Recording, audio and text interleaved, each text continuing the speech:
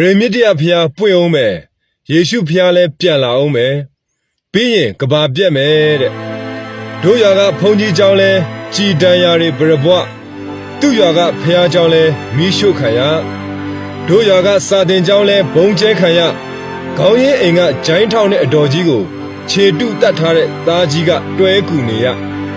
ရေမြစ်တရားဖျားပွင့်အောင်မယ်ယေရှုဖျားပြန်လာအောင်မယ်ပြီးရင်ကဘာပြက်မယ်တဲ့ပြက်ဆရာကဘာကြံသေးသလားတချို့ကလေးတွေအမေခေါ်ဆရာမရှိတော့ဘူးတချို့အမေတွေခေါ်ဆရာကလေးမရှိတော့ဘူးတချို့မိသားစုလိုက်မရှိတော့ဘူးတချို့ရွာတွေလူမရှိတော့ဘူးတချို့လူတွေအတွက်ရွာမရှိတော့ဘူးတချို့လူပြည်မှာတော့မရှိတော့ဘူးတချို့တချင်းတွေပြန်မကြားရတော့ဘူးတချို့တော့ကြပြားတွေခံစားခွင့်မရတော့ဘူးတချို့တော့သူတွေနဲ့ပြန်မစုံနိုင်တော့ဘူး